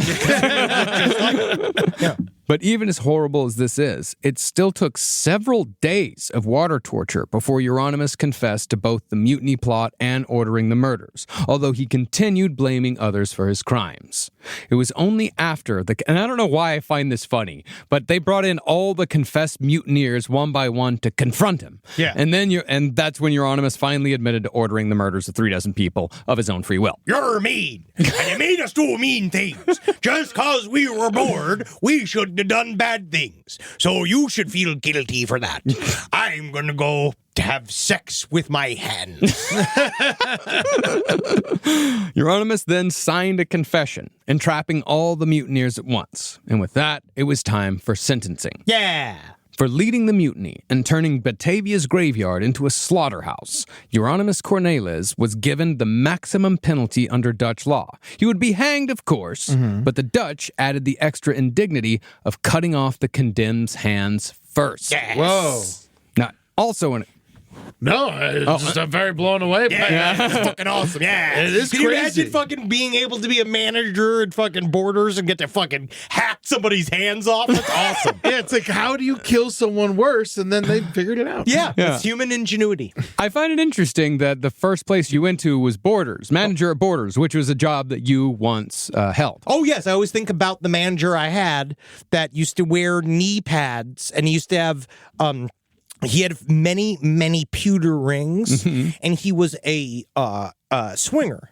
And he used to talk all about the time of being like, you should check out my fuck pad. Like, he was like that style of guy. Like, he's a 50-year-old dude who was talking about his fuck pad. Yeah. And he was the guy that told me that if anybody tries to walk out of here with a book, I need you personally to chase him down in the parking lot and get that book back. And I remember just being like, no, Absolutely not. Absolutely not. I'm 18. Yeah. Also, no one's going to steal your stupid book. Yeah, it's a fucking book. Also, it's Florida State. Let them steal the books. They should be reading. They can read the books. It's okay. This is information they need. And also, they're asking you, of all people, at 18 years old, to chase down. I was a unit. I can be pretty fast, you know. As long as they're 10 feet away. They were. The bookstore. Well, also in accordance with Dutch law, all of Jeronimus Cornelisz's worldly goods and possessions, including anything owned by his wife, were to be given to the VOC because it was deemed that the corporation had been the one most harmed by Jeronimus's actions. And I think about them a lot. Yeah. And I think They're about people, that, especially like you know? in 9/11. I think about those investment companies that didn't get to move on. I think about the various private military companies that were inside of that building and how they were doing work with our enemies. And I miss them. I miss the restaurant on the top floor. Yeah. Fucking, I think it was called Spinnies. Now, 4 more mutineers were given the same sentence as Jeronimus, while 5 others, including cabin boy Jan Pelgrim, were allowed to be hanged without having their hands chopped off first. Gee, thanks. Honestly, I wish I could. Come on, it'd be kind of fun, right? I want to see my stumps. Could you please chop off his fucking hands? Come on, I want to see what it's like, what my inside of my arms looks He like. wants Give me. it. We gotta just hang him normal. He won't shut up until you do what he asks Give you to me do. what I want to see my bones. I'm straight fucked up, man. 14 more mutineers were to be taken to Java for further interrogation and punishment, while the rest of the men who'd signed loyalty oaths to Jeronimus, just to survive, they were freed until it was proven that they had done something to deserve punishment. Really, the only person who came out of the wreck of the Batavia on top was Viva Hyas. Pelsart raised his rank to sergeant, placed him in charge of the soldiers, and doubled his pay. He fucking did his job. He fucking deserves it. Yeah, all the defenders actually got raises. Now, wouldn't the murder be going backwards again? I'm sorry. Sure. Chopping off the hands. They're bleeding out. Well, we're going to get to it again. Okay, good. But isn't it good? Wouldn't it be better to not hang them and just let them bleed out on the beach? No, that's too relaxing. You think so? Yeah. Yeah, because that's just you're just kind of going to sleep. What do you slap them to death? No, they cauterize the wounds, though. Oh, they do? Oh, they don't cauterize, though. They wrap 'em they up. wrap them up, yeah. Okay, all right. Yeah, we'll get into it. Now, the executions were set to take place on Seals Island. I want to see. They killed all my family. Seals Island is actually very nice. Seals Island is extremely nice. You just don't go to Heidi Klum's island because she will tear you to fucking shreds. Well, this is, of course, where Jeronimus had ordered the massacre of well over a dozen people just a few months previous. The condemned were therefore held in makeshift jail cells on the island until the execution date. But Jeronimus decided that he was going to take himself out before the VOC had a chance to. He somehow convinced someone to bring him items from his apothecary kit, which he used to concoct a poison to kill himself. But again, Jeronimus was a shitty apothecary. And just like the botched murder of the baby months before, Jeronimus only succeeded in making his last hours on Earth a living hell of writhing stomach pain. Honestly, I should have went to school. Isn't that sad? Isn't it ultimate irony that he just tortured himself He's to? such a fucking pathetic idiot. He was is, rough, dude. yeah.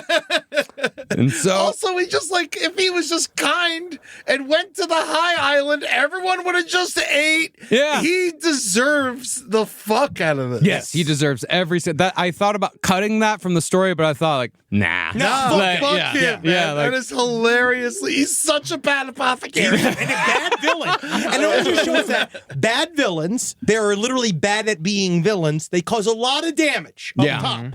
But what's really nice is sometimes they also fucking collide with those consequences so hard, it's really satisfying. I'd say almost 100% of the time, much of the time, they do collide with the consequences. The consequences come in hard and fast. But yes, you're right. The problem is all of the damage they do before that. Yes. Try and hang me and cut my hands off. I'll show you. Oh, my belly hurts.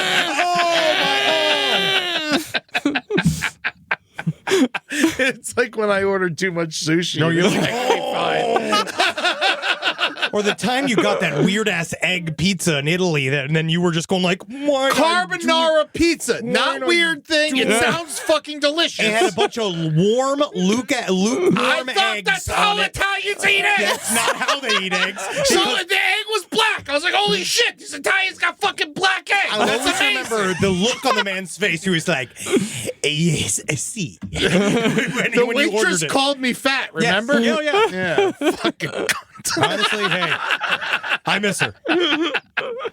Well, once the gallows were constructed on Seals Island, the condemned were executed on October 1st, with Jeronimus going first. After his hands were chopped off with an axe by the executioner, tourniquets were tied around his wrists to ensure he was conscious for his ultimate death. Oh. Because it hurts having your hands chopped off. Yeah. Jeronimus was then walked up the gallows ladder to meet his doom with the minister at his side, the very minister whose family Jeronimus had ordered to be slaughtered. Doing his job, the minister asked Jeronimus if he wanted to confess his sins. Jeronimus, however, ever the heretic, refused. You motherfuckers are gonna have to buy the DLC for that shit. Now, in those days, Dutch gallows involved a short rope tied to a horizontal beam. The prisoner was walked up a ladder and the noose was wrapped around his neck. Then it was the executioner's job to thrust a knee into the small of the prisoner's back, launching him to his death. This is my death knee. This is the knee I hurt playing skip rope when I was 9. So this knee can't do the killing, but this one does the killing each time. The worst part is when the rain comes, because then my killing knee kills me. This is my killing knee. This is the knee I used to bounce my granddaughter. Bounce. Oh no, she bounced off and died. Now they're both killing me. My killing knee. Well, if the condemned was lucky, his neck would snap instantly, but that was a rare occurrence. Most slowly strangled to death over 20 agonizing minutes, and indeed, Jeronimus Cornelisz entertained the crowd with his convulsive kicks for quite a while before the evil bastard finally left this earth. You know, I was bored all this whole time. until today. This is, by far, the most entertaining time on the island. Yes, I call his hat. I'll kill you for that. Why haven't we been hanging people this whole time? I don't know. Now, many other mutineers did confess their sins to the minister, and many pled for mercy, but only one mutineer was successful that day. The half-mad cabin boy, Jan Pelgrim, wept and wailed and begged for grace. So Pelsart took pity and spared the boy's life because he technically didn't kill anyone despite his best efforts. I wanted to kill, and I wished I could kill, and God damn it, you won't take the chance from me. I will grow, and I will kill as an adult, no matter what I do, Mr. Pelsart, because that's my dream, that's my passion. Instead of execution, Pelsart exiled Jan Pelgrim to Western Australia, making Jan the ineffectually murderous cabin boy, and this is absolutely true, one of the first 2 white men to settle Australia. Well, that explains it. It just makes so much sense. I could totally, absolutely be like, oh my God, this place is fucking amazing. Fucking the birds will kill you here. Wow, I can fucking, holy shit, am I surfing? like he can invent surfing. I call this a billabong. That's a jazzwazzer. That's a bing bonger. Oh my God. Quit making stupid noises and naming birds after me. Well, the other man cursed to survive the wilds of Australia with Jan was the same guy who took over for Jeronimus after his capture by the defenders, Wouter Louche. Jan's our voices together are going to get us murdered on this very big island, boy murderer. Well, despite the fact that he'd been the one who bashed in the minister's wife's head during the massacre of her family, Wouter also earned exile. This put Jan and Wouter 160 years ahead of the first British convicts who eventually settled Australia. Unfortunately, though, we have absolutely no idea what happened after this odd couple was dropped off on the coast with nothing more than supplies and a couple barrels of water. I just see this, like, cut to them, like, 20 years later. She comes out, you know, like you got the Jan, he comes out with his oven made out of seashells and he's baked a cake for his birthday. Comes out and Wouter is sitting there, like, and they're married now, you know what I mean? Like he's dressed in a full dress and wig made out of seaweed. You know what I mean? Like, I'm so glad we got married 20 years ago when I was frozen in the form of this boy. Yeah, I'm so glad we've had the time to take care of each other and enjoy ourselves here in the wonderful island of Australia. Quick, another jerk-off contest. Oh, yeah. Oh, yeah, you betcha. Ow. I didn't know this magical land arrested everyone in boyhood. I mean, that is the movie that should be made about this. Oh, yeah. No, the Batavia movie begins with these two getting dropped off. Yeah. With them on the beach. Yeah. Now, no records exist as to what was done with the bodies of the executed men, but the tradition in the Netherlands was to leave the bodies of executed prisoners on display as a warning to others, so it was likely that these 9 men were left on the gallows as food for the mutton birds. It's actually almost certain that the bodies were just left there, because subsequent voyages to the islands, even 10, 20, 30 years later, noted a sudden spurt in plant growth, which was likely due to the fertilizer the corpses provided. That's a fucking most metal gardening corpse ever existed. Corpse weed. So it finally became like a fruitful island. Yeah, a little bit. And it just took the bodies of colonizers. Yeah. That's really nice. Nature heals. Yeah. But those men would not be the last to die because of the Batavia. See, Pelsart was eventually able to recover almost everything of value from the shipwreck, including 6 out of the 7 VOC money chests, most of Pelsart's personal valuables, and all but 2 of the treasure chests. But as we said, Pelsart was trying to make the best impression he possibly could on the VOC. So he was dead set on recovering every possible piece of merchandise so he could bring it back to his bosses to show what a good boy he was. So he ordered 5 men to try and recover a barrel of vinegar from the treacherous coral reef. But during the recovery, a storm swept in. This was expected. The weather had been bad for almost the entirety of the recovery operation.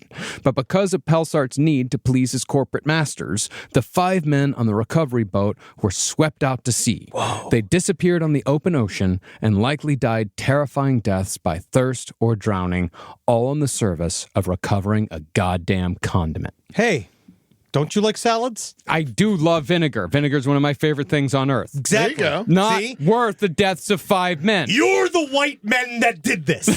Your people. Your vinegar-loving people. Yeah, hey, my vinegar-loving people, everyone loves vinegar. They do. It's actually a secret ingredient in a lot of restaurants that you don't actually understand. Many of your favorite sauces, especially the 5 mother sauces of French cuisine, are normally finished with a splash of vinegar. And other different things, vinegar helps quite a bit. It adds a needed hit of acid to most foods. Indian food's full of vinegar. Oh, yeah, it's full of vinegar. And you can clean the floor with it. Yeah. You could fucking drink it. It's a magical liquid. Yeah, you could spit it in your fucking boss's asshole. Yeah. I don't know. I said that. I don't know if you can. I don't know what that means. Are you asking? You can spit anything in your boss's asshole. Anything. But I will. But isn't vinegar, That though? battery acid. Yeah. I will say, though, vinegar wasn't just a condiment. Vinegar had many purposes. No, which I is know. why it was useful. It's why it went after it, because they would pickle all the stuff. But it wasn't really that useful. Well, in wasn't- Java, it was. Well, I mean, but 5 men dead. They just killed a bunch of children. Men were expendable back in the day. These are good men. They're fine guys. They're sailors. We don't know their whole story. Yeah. Buddy. God, you guys are heartless. No, you never know. This is like the historical equivalent of like not knowing whether or not you should say you really like a video because you haven't checked out the person's Twitter yet. The key is to always say, I won't vouch for the rest of their content. Yes, but this is good. Yes. Well, finally, after making sure he recovered as much loot as possible, Pelsart ordered the Sardom to leave the islands on November 15th, 2 months after he returned and almost 6 months after the Batavia shipwrecked.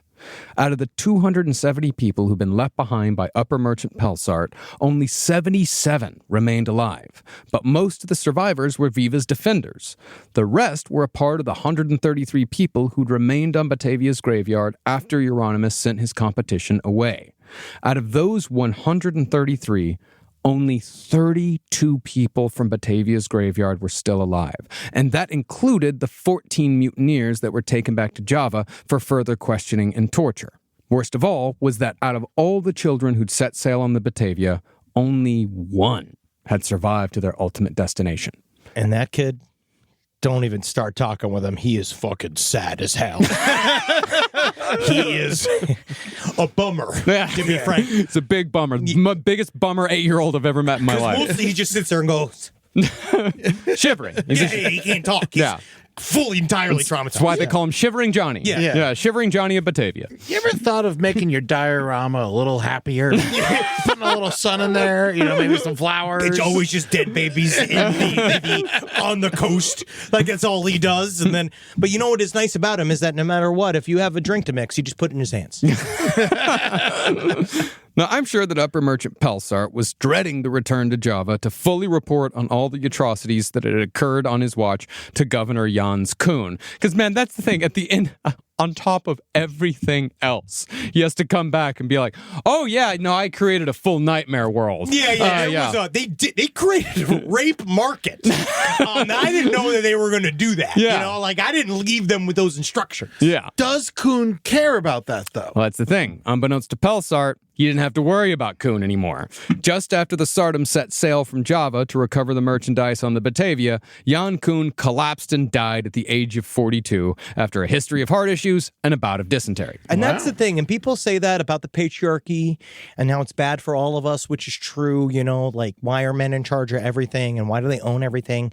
But on some level, don't you think it's super stressful Because think about to be a genocidal maniac it wears on your heart. He was under so much pressure. It's just like, what are you going to do? Of course he went. I wish he had found a way to find some self-care time for himself. Yeah. So who is the next guy nicer than Kuhn? Never. Literally never. They can't physically be. Yeah. You have to be able to say to yourself, we really need to burn down the entire village in order to keep it. Yeah. And I think Jan Kuhn, he was certainly more concerned with merchandise. He was certainly more concerned with cash. But there were passengers on that ship, which was a part of the VOC business. And very few of those survived. Oh, yes. Very, very few. Was 18. Krasia Jansdokter, the woman that was she had one of the saddest stories, actually. She was the one who was attacked by the feces and tar. Yeah, the super beautiful woman. The super beautiful woman. She was the one who was staying with Jeronimus. Yes. She was staying with Jeronimus. Forced to stay with Jeronimus, yes. Once she got to Batavia, she found out that she was there to meet her husband because all of her kids had died back in the Netherlands. When she arrived in Batavia, she found out that her husband had died the previous June. Yeah. So everyone just dies so easily back then. Yeah, dude. But it was very dangerous. She remarried, moved back to Amsterdam, and lived until the age of 70. See, what a wonderful third act. That's what I tell Natalie all the time. It's like, listen, I'm going to die while you're in your fucking 60s. You'll get to go be an incredible lesbian. You get to have so much fun. Mm-hmm. It's nice. That's very nice of you. Yeah. Women get to have that. Yeah. Because husbands die early. That is true. I hope so. Yeah. Well, Jan Cohen's replacement was no less brutal to the mutineers brought back from the shipwreck than Jan Kuhn might have been. Out of the 14 brought back, 5 were hanged, 8 were flogged, and stonecutter Peterez, said to be just as bad as Jeronimus Cornelisz, he was broken on the wheel. Yeah! And you can hear all about that particularly brutal method of execution if you listen to our recent episode on the Saints. Yeah, that's a wild one. Yeah, but the difference between Stonecutter's breaking and what occurred in Europe was that while Stonecutter was waiting to die from internal hemorrhaging as all his limbs were broken and wrapped around the spokes of the wheel until his feet were touching the back of his head, he had to contend with the bugs. Who are the bugs? There's something about this. Great garage rock group. They were from Minneapolis. Bugs were really solid. Honestly, I'm going to write that down. I'm making it up. Shit! I was excited. I literally opened Spotify. Check out the Hangman. You'll love the Hangman. You did tell me about Poison Ruin, which is amazing. Yeah. Also, I love Poison Ruin. Well, back to Stonecutter. As Stonecutter baked in the Southeast Asian sun, flies and mosquitoes quickly covered his body, filling his mouth and swarming his eyeballs, until he finally died a deservedly painful death as the last mutineer from the Batavia to be executed. Crime don't pay. Yeah. Now, as far as everyone else in this story went, very few lived a happy ending. Yeah. While Viva Hyas and all his defenders were promoted with raises, Upper Merchant Pelsart was found to be wanting by the VOC. I could see that. Who deemed his work unimpressive. Oh, it is. The Gentleman 17 never gave him another command, although they really didn't have much of a chance to. 11 months after the execution of Jeronimus Cornelisz, Francisco Pelsart caught a fever and died at the age of 35. Yeah. He's only 35? This whole time? This whole time, he's 35. No wonder they all killed each other. They're all young idiots. Well, we're not that young, but he, 35 at the time was pretty old. Yeah. I mean, the oldest man on the ship was Captain Jacobs, and he was in his, early to mid 40s. Like, he was far closer to our age than anybody else. Died younger than me right now. Hey, 42. Yeah. Again, stress. Yeah. But even though the VOC had not given Pelsart a command, his death robbed them of contractually obligated profits. So the Gentleman 17 had all of Pelsart's worth confiscated and absorbed into the VOC. Well, that's not true. It's not all of it. They left a small fraction to his mother, but they took, I would say, 90% of his earnings. Everything. Yeah. Yep. Well, that's what he gets for fucking it all up. Yeah, well, that's what he gets for signing on with a fucking VOC. Yep. Yeah, it could have gotten his hands chopped off and hung. Yep, he could have. He just died of a fever, just like most of the rest of the people on Java. Mm-hmm. Well, concerning Pelsart's nemesis, Captain Ariane Jacobs, records show that he was still in the dungeons of Castle Batavia in 1631, years after the other mutineers were executed. No further records exist, however, so it's likely that Captain Jacobs died in those same dungeons, having thrown his life away for a dandy from a rich family who'd sold him a fantasy of freedom. but he got a reality of 4 walls. But there is, of course, the matter of what happened to the VOC, the most powerful corporation in the world for nearly 200 years, and only the second of its kind to exist. Yeah, I miss them. What happened to them? Well, like most organizations built on the brutal exploitation of its workers and the idea of profit at all costs, corruption began to eat the VOC from the inside out by the 18th century. See, the company had always had a corruption problem, but when the VOC faced a serious shortage of capital in the 1750s, the Gentleman 17 dramatically lowered salaries across the board regardless of rank.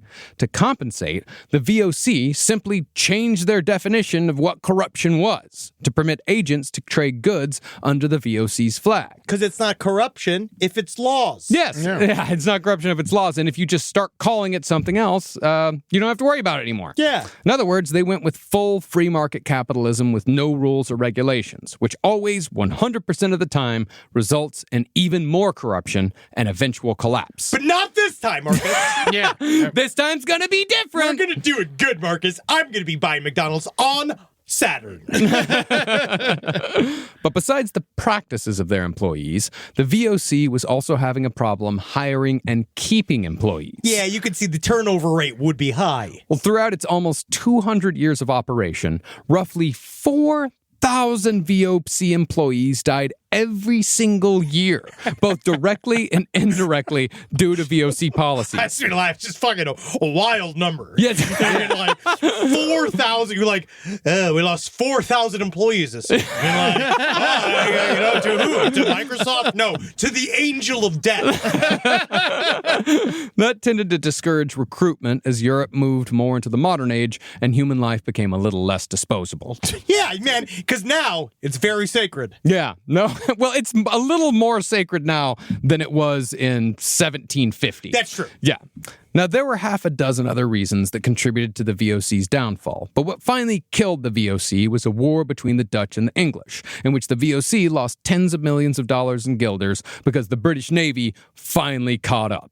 The VOC's charter was therefore allowed to expire on December 31st, 1799, and with that, the VOC died just as the 19th century was born, having gone down in history as one of the most evil, callous, and exploitative corporations to ever exist. But I want to first say, thanks for the nutmeg. I also like pepper. Yeah. And I've really come to enjoy when a hint of star anise. Yeah, I enjoyed the smell of cloves. Yes. So yeah, that's great. We just need to kill a bunch of people so I can enjoy a smell. I mean, that's really all I ask for, is that I really only like potpourri if it's filled with the blood and guts of children.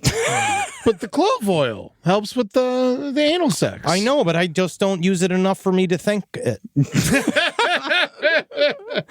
Now, I've been thinking a lot about why none of us have ever heard of the Batavia until a listener brought it to our attention. Why such a fantastic story has been all but lost to time. In comparing it to other survival and disaster stories, my first thought was that the Batavia hasn't survived because it doesn't have any meaning. Unlike, say, the stories behind the Uruguayan rugby team, the Donner Party, or even the Titanic. If you look at it simply, the Batavia could be seen as nothing more than a brutal story about a shipwreck that resulted in one man turning the lives of the survivors into a serial killer's playground. That's enough meaning for me, but... But as I thought about it a little more, I realized that the reason why the Batavia story hasn't survived is because it has too much meaning. As the story of the Batavia is, at its essence, the story of what happens when the ugliest and most uncomfortable parts of humanity are allowed to run wild. See, the VOC doesn't just represent simple corporate greed. It's a company that knowingly and callously sacrificed the lives of 4,000 employees a year and killed who knows how many of the people it enslaved. And it looked at their deaths as not just acceptable losses, but essential parts of their business model. Likewise, the mutineers don't just represent human cruelty. Their actions show just how quickly men can turn into monsters willing to crush a child's skull on someone else's say-so with all the emotion of stomping on a cockroach, and they show just how easily other men will join in if only to save themselves. Furthermore, the lessons from the Batavia are difficult to absorb considering how companies like the VOC effectively created the modern world. It's been proven time and again that unrestrained capitalism inevitably leads to foul exploitation, and it's a system in which every single one of us participates. Hey! my Apple computer, my fucking Amazon hat. I'm wearing pants, all from Halliburton. I was like a lot of my clothes. I love packages. It's also difficult to accept that men like the Gentleman 17 are more in charge now than they've ever been. And it's hard to see how that's ever going to change, especially when it feels like we're in the final stage of a plan that was hatched hundreds of years ago. And especially when many of our fellow citizens are welcoming subjugation. But we cannot despair, and we cannot lose hope. For every Jeronimus Cornelisz leading a horde of psychopaths, there's a Viva Hayes who sees right through his bullshit, and defenders who are willing to back him up.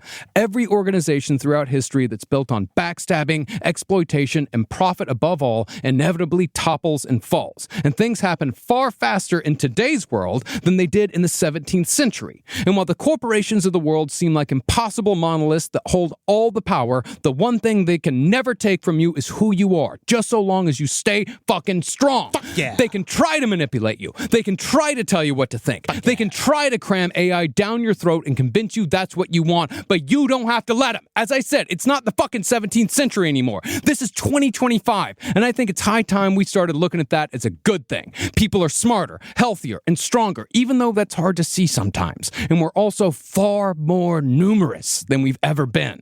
For every one of the bastards in charge of this world, there are millions of us. And if we all stick together, it is possible, however slim the chance might be, that we can stop the Musks and the Bezoses and the Zuckerbergs from bringing the dark days of the VOC back into our daily lives. Even though the meaning of the Batavia is about as ugly as it gets, we can still take inspiration from the horror, absorb it as an example of what the world could look like if we don't fight back, and we can use that inspiration to resist the motherfuckers in charge in whatever way we can until the day we die! Woo! Yeah, my brother. That's why I wanted to do this fucking story. Hell yeah, I was man. so excited to do this story. It's true. I think you hit it right on the fucking money, dude. Because this is the only thing that we can do, truly, that will always work, is gum up the works. Yep. Yeah. So I'll say that. I definitely, as a podcast producer, I'm always in charge of a general strike. So I am ready to do it. And you gum up my works all the time. Oh, that's my job. Yeah, literally with your gum. That's my job. So just know that a part of what we're going to have to do as we roll through this next couple years is obstruct. Yes. As much as possible, which we can do. Do whatever you can do. Find out what you can do and fucking do it. And I also, it's a common expression, but I think it rings true more now than ever. It's just don't let the fucking bastards get you down. That's what they want. They want to take it from you. They want to take your day-to-day from you. Trying to break your spirit. Yes. And, every time you let them, they're winning. So just fucking ignore it and fight forward. Try to it. Yeah, if you need to fall apart every once in a while, fall apart, but pick yourself back up. Amen. Get your fucking shit together. So now the Batavia, the comedy of the Batavia has been told. Yes. We're so excited because next week we're moving on into another big project that I am personally very excited. It's another multi-parter. It is another multi-parter. Fuck and yeah. I'm extremely excited because we're going to modern times. Yeah. And we're going to see some of these lessons are going to pop up again in this next story, but I cannot wait because we're going to meet my favorite, Idaho 10. Can't wait to see her. Man. Also, I just want to say I'm coming to Florida. All right. I might as well be on the Batavia with this fucking tour. But invasive species, I'm touring Florida. I'm going for a week in March and a week in May. In March, from March 20th to the 23rd, I'll be in Jacksonville, Panama City, and Tallahassee, Florida. The Tallahassee show I'm doing with Danny Bedrosian of P-Funk. He's going to play the keyboards with me. Did you hear about this too? I did not know. Eddie accidentally booked himself in the same venue that Murderfist started. No shit. Yeah. So, like, the first place I ever did comedy, I'm coming back to the 926 Bar and Grill, which formerly Brothers. That's in awesome. Tallahassee. That's funny. That is funny. And then And the Danny's exact 20-year anniversary of our buddy Danny's first time playing in his band at that venue. That's Yes, crazy. at the same exact venue. It's going to be a fucking hell of a show. I can't wait. So if you're in the Tallahassee area, go to that. Also in May, from May 6th to the 11th, I'm going to be in Naples, Dania Beach, Orlando, and a whole 3 nights in Key West. Yes. But Dania Beach and Orlando are going to be side story shows, so make sure you guys come out to that. It's going to be a lot of fun. Tickets at eddytunes.com. Yeah, and I can't wait. I'm going to be with you when we were in Orlando and Fort Lauderdale. We're going to have a fucking blast. I can't wait. It's going to be great. It's going to be really fun. And then we are going to be... We're coming to Dallas. If you're listening to this, it's going to be in 1 week on February 22nd. We're going to be out there in Grand Prairie. My brother tells me the venue is built in the middle of a swamp. Awesome! Yeah. I didn't know they had water still in Texas, so that's nice. Oh, yeah, no. Dallas is very swampy. Oh, okay. Yeah. Once you're starting to get into East Texas, and once you start to get into East Texas, Dallas is like the gateway to East Texas, and that's when shit starts getting real swampy and real racist. Fuck. Yeah. That's what I'm talking we're about. going to fix them. We're going out there, we're going to fix y'all. Yeah. We're going down Texas, and I ain't not leaving a stone unturned. Yeah. All right, we're having fun because Texas Pete Henry Zabrowski is going to be there. Yeah, it'll be cool. I'm looking forward to coming back to Texas. It's been a while since I've been back, so looking forward to coming back home. Can't wait to try the pizza. Yeah. That's what's best there. You know what? Just if you keep your expectations at the appropriate level, you'll be fine. I know exactly where we're going. I already know where we're going to eat. Oh, yeah? Yeah. Hey, Nice. barbecue. Yeah, buddy. Fuck yeah. We're going to get so fucking sick. I really want to get sick and fat. Yeah. Yeah. I mean, well, fatter. Well, if you want to give money directly to us, and if you want to see actual video episodes of Last Podcast on the Left, go join our Patreon, patreon.com/Last Podcast on the Left. Yeah. We've got all kinds of shit there for all the different levels. You can watch our stream live every Tuesday if you're a Patreon member. That is Last Stream on the Left. That's every Tuesday at 6 p.m. PST. You can also follow us on the socials, TikTok, Instagram at LP on the Left. And don't forget to check out all of our other streams at twitch.tv/LPNTV. And we've also got a ton of other shows coming up after Dallas. You can go to lastpodcastontheleft.com, click on shows to see when we're going to be coming near you. And we cannot fucking wait because it's more fun than ever, is it, boys? Isn't it? Oh, my God. Dirty little whores. Oh, yeah. Come on out to Dallas. It's going to be fun. I got a shitload of family coming. Yeah, that's going to be awesome. I can't wait to fucking meet the rest of your family. Yeah. You'll meet them. Yeah. They are a funny bunch. Hail, sweet Satan. Hell yeah. Hail Marcus Parks for putting this big fucker together, Thank buddy. you. And I'll also say hail Joel and Shaw, our research assistants, who absolutely fucking crushed it on this series. And I could not have done it without them. So thank you, but also hail them. I'm going to say this is my favorite series. Yeah. I've been loving it. Yeah, I This is really really, fun. truly love this one. Wait till next week because I'm very excited for this next coming. This one's coming about. Bang. Bang! Tires matter. They're the only part of your vehicle that touches the road. Tread confidently with new tires from Tire Rack. Whether you're looking for expert recommendations or know exactly what you want, Tire Rack makes it easy. Fast, free shipping, free road hazard protection, and convenient installation options. Go to TireRack.com to see tire test results, tire ratings, and consumer reviews, and be sure to check out all the special offers. TireRack.com, the way tire buying should be. That's the sound of a butt being worked clean off. Exactly the kind of worked off butt Duluth Trading builds underwear for. Underwear that works. Duluth Trading. Underwear for folks who work their butts off.